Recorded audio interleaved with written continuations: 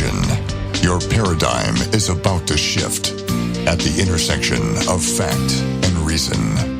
You're entering Kingston Country. I'm Dan Kingston, and you're listening to the Dan Kingston Podcast. Not guilty. Not guilty on all counts. Kyle Rittenhouse acquitted on all counts. Is this surprising to you? People now are going to go in the media. You're going to see people bashing America, calling America racist. It's what the far left radicals are going to do. Just remember, the loudest voices, it's not the majority voices. But people like Joy Reid are going to scream racism and crocodile tears. They're going to scream white privilege and racist America. But that's all noise. And like Steve Bannon, he reminds us to focus on signal, not noise. And the signal right now is that Kyle Rittenhouse has been found not guilty on all counts. Now, you're going to see this on the Facebook court of public opinion. You've seen Kyle been labeled a domestic terrorist, white supremacist. And why do we even need a jury anyway? I mean, Facebook, I heard they're introducing a new feature. It's called Facebook Jury. Anybody can just sign up. Lots of people want to be on the jury, and many people don't. So what Facebook Jury allows you to do is sign up, and then you can present your own far-left radical opinions on the jury of your choosing. It's called Facebook Jury. Connecting people, brought to you by Mark Zuckerberg. No. We don't have Facebook Jury, and we don't have the jury of public opinion.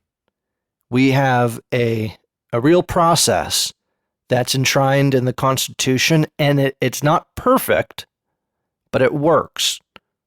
It works.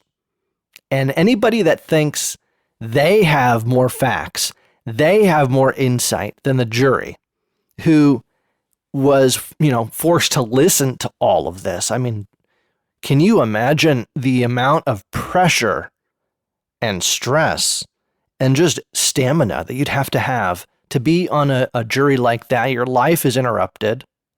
These people on the jury are American heroes. And I would have said that either way. However this ended up, you have to have respect for the process. If you're a sports person, you ever play sports, you like sports, good sportsmanship means that you don't blame the referee, you don't blame the rules of the game or the referee. Maybe the umpire makes a bad call. They're going to make a bad call for the other team too. If you got another hit, if you got another strikeout, if you had a better play, then that bad call wouldn't have mattered. And so how did I even get along to that is essentially that the system, it's fair. And the way that they get around that is they say critical race theory. Even the girlfriend of Anthony Huber, who is one of the people that lost his life, as Kyle acted in self-defense, Anthony Huber thought Kyle was an active shooter. Kyle's running away with a gun, and Anthony thought he was going to act like a hero. Allegedly looked like he slammed his skateboard into Kyle. He ended up getting shot. The girlfriend of Anthony Huber says she has a lot of sympathy for the teen and a lot of sympathy for Kyle. And that article came out in the New York Post this morning, I guess maybe last night, right before the verdict. Not guilty on all counts. So even the girlfriend of one of the people who lost their lives says she has a lot of sympathy. And why? Because ultimately, at the end of the day, there were people that were protesting peacefully, and then there were people that were rioting, that were out of control. And it was up to the people, the police I had a guest on my show, Benjamin Manis. He says all riots are preventable. All riots are preventable. And you really hope that right now that they have learned that the officials are not going to allow these riots to get out of hand. You can't just let it burn. You can't let it burn. And if it looks like this is going to be a riot, it needs to be put down right away. These are not peaceful protests when buildings are on fire. And you're going to, then you have the citizen, like Kyle, and you have citizens that are trying to protect their own community. It just is a horrible chance for things to go wrong and spiral into violence. That's what the police are supposed to be there to kind of prevent, right? So, or not, or should we just, leave it to ourselves to police ourselves? I mean, it's a real thing. If you had real communities that were able to police themselves, that's one thing. But you have people being bussed in from outside areas into Kenosha. It's not just the people of Kenosha that are upset. There's people being bussed in. That's what's going to happen right now. It's all orchestrated. So it shows in the media the outrage. But if it really was local, if you really had communities that were themselves communities, then you really wouldn't need a police force. You'd have your own police force. You'd have community members that would be able to, keep the peace, right?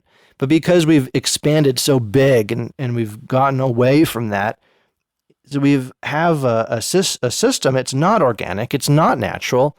The top-down control over us. We're not farm animals.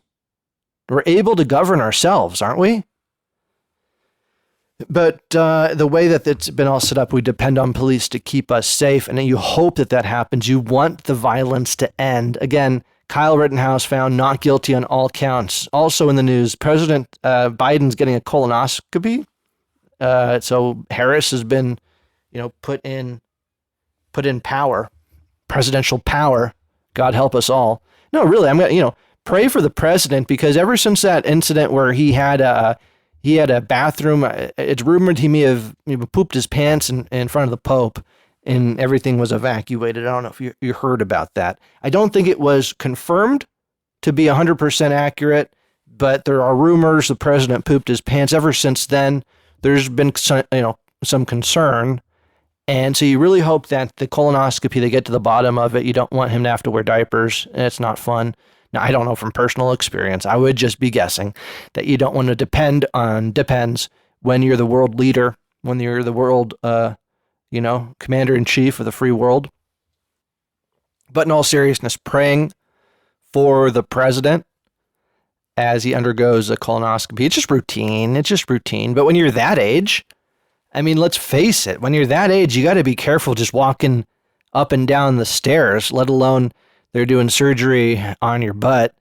Then anything could really, knock on wood, praying for the president, really mean that. I'm not like the far left radicals that wished President Trump out loud, that always wish, he died every chance they get. They say, oh, I hope he dies from COVID, they say. No, I'm not like that. I don't think our movement is like that. And we understand that this is not a situation where we wish ill will upon our political opponents. At least I don't. I hope he makes a speedy recovery. And the other thing of it, too, is can you imagine Kamala Harris becoming president? Oh, man, I mean, that's the end right there. Kamala Harris, president of the United States. Even she herself is the first to admit she's not ready to do that. They've been complaining. They haven't been given the grooming by Biden. She wants to be groomed by Biden. I talked about it. She wants to learn the ropes, and he didn't do it. But what else is going on? The House approves a massive spending bill. It's projected to cost into the trillions. Now this is going to go to the Senate. This is just a crazy thing. You got a Republican. He talked for 8 hours about the bill, talking about how horrible the spending bill is. And it is. They said it was going to cost nothing. The Democrats, everybody, they said, this is going to cost nothing. It's going to pay for itself. Well, the trillions, they don't pay for themselves. Despite the fact they are going to hire hundreds of new IRS agents, $500 million to hire new IRS agents to go after Americans, civil and criminal cases. Are you afraid of the IRS? They have a lot of power. Even if you did nothing wrong, they can still go after you, cause a lot of headache in your life. And the Democrats want to spend $500 million to add new IRS agents. They're hoping that maybe that's going to help pay for this massive spending bill in the trillions. It won't. It won't. The Congressional Budget Office, I reported yesterday, they've been very clear that it's not going to pay for itself, despite hiring tax agents to go after you for minimal violations. What else are they going to do? There's going to be way too many of them. It's like when you have way too many police in a small town. They go after you for like tiny, you don't have your lights on. Instead of, warning you about it, they have to write you a ticket because they have nothing better to do. Too much regulation. Not good. What else is in this bill? I mean, they're removing funding prohibition for the Uyghur population in China.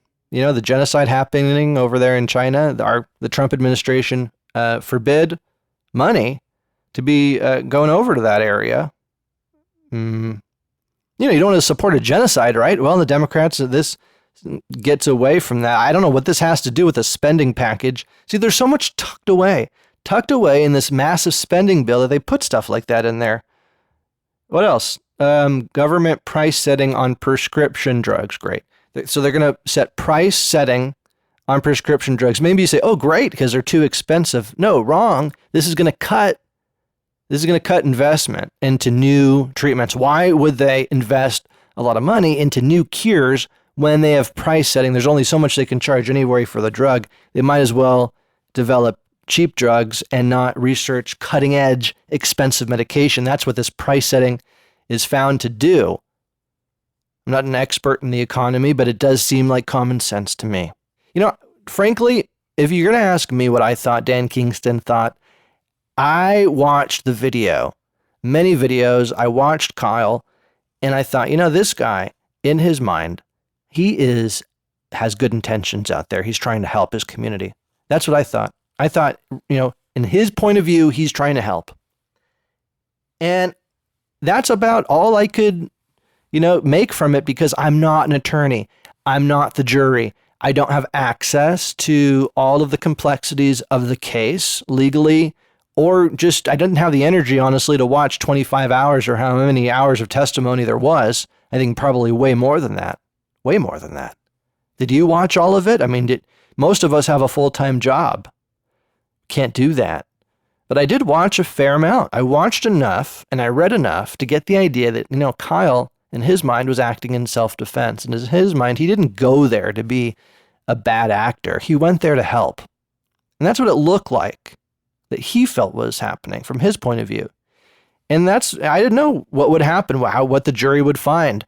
But I trusted the system. I didn't think that he would end up with life in prison.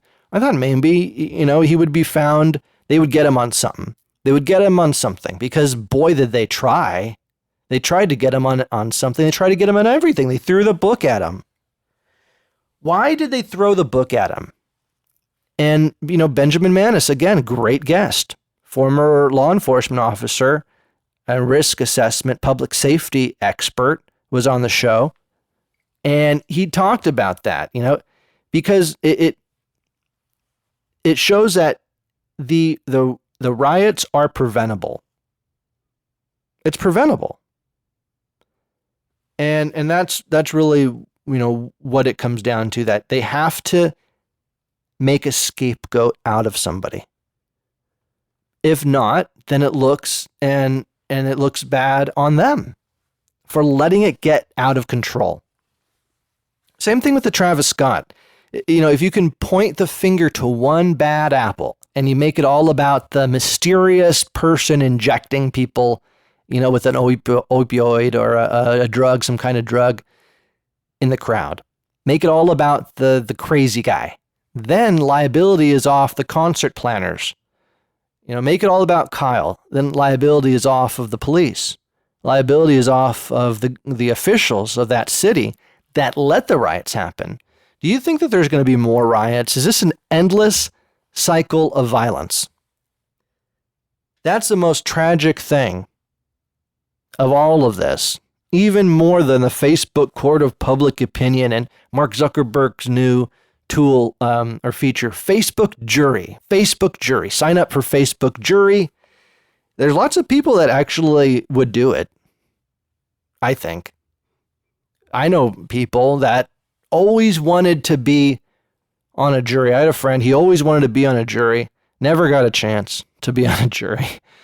And tragically, he passed away. But it's funny because he always wanted to be on a jury and he never got that chance. And it's kind of the opposite of most of us who don't want to be on a jury. So if you don't want to be on a jury, you just don't register to vote. Isn't that how they get you? You register to vote and that's where they send the mailing. What happens if you ignore it? Like if you ignore a jury summon, what happens? Do they really lock you up? I heard they don't. I heard that there's really no way to prove that you received the jury summon. So unless they can prove it, that you were given it, I don't know. I'm asking, have you ever ignored a jury summon? What happened? I'd love to hear your response to that. Did you, have you wanted to be on a jury? Or is that the most annoying thing? Usually the cases aren't as exciting as the Kyle Rittenhouse case, which is like a movie unfolding on TV all in front of us. Not guilty on all counts. Boy, the far left radicals are going to be the loudest right now they've ever been with their America's racist, the legal process and white privilege. They're going to go after the judge. They're going to go after the founding fathers and the Constitution. They're going to go after everything they can because they don't play by the rules. They don't believe in the system. Fundamentally, they don't believe in the system. The far left radicals don't. And because of that, because they don't believe in our Constitution, because they don't believe in the Justice Department. I don't believe in the Justice Department either, but in terms of justice and laws and the rule of law, they don't believe in that stuff. And there's always bad actors on both sides. You got bad actors in the January 6th riots that happened that were by and large peaceful, by the way. See, these start as peaceful usually. Now, I don't think in Kenosha right now it's going to be peaceful, but usually this starts as a big peaceful group of people. How do you protect the rights of the peaceful protesters and make sure you clamp down on the rioters? And if it turns into a riot, then shouldn't the peaceful protesters, they got to leave. You got to get out because at that point, you're no longer peaceful protesting.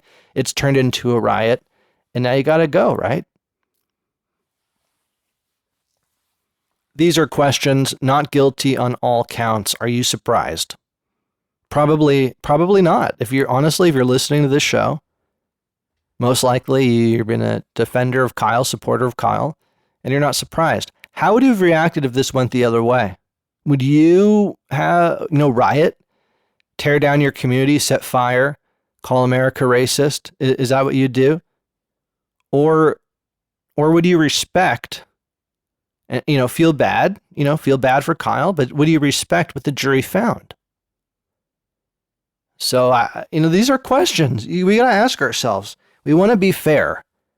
You want to be guided by logic and reason. Is now a good time to extend an olive branch to the other side, in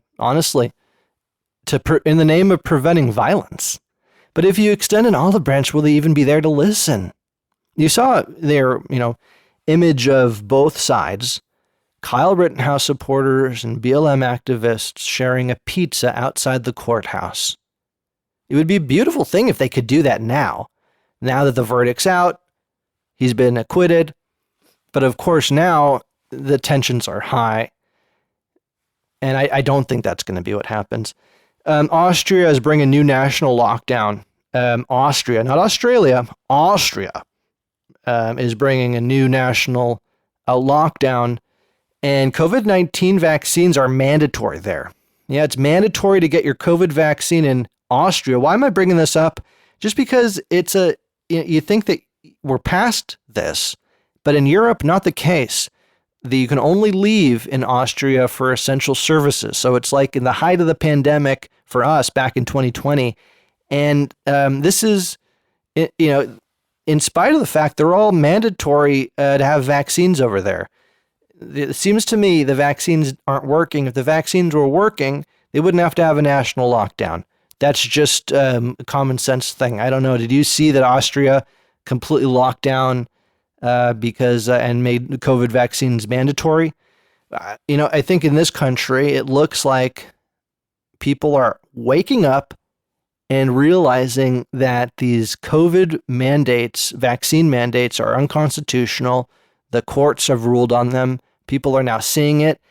I think the Biden administration is going to have to back down on a lot of these COVID vaccine mandates.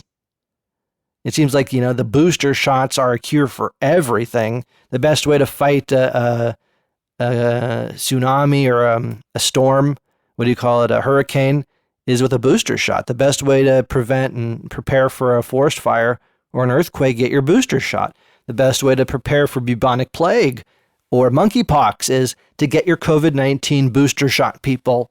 Get your boosters.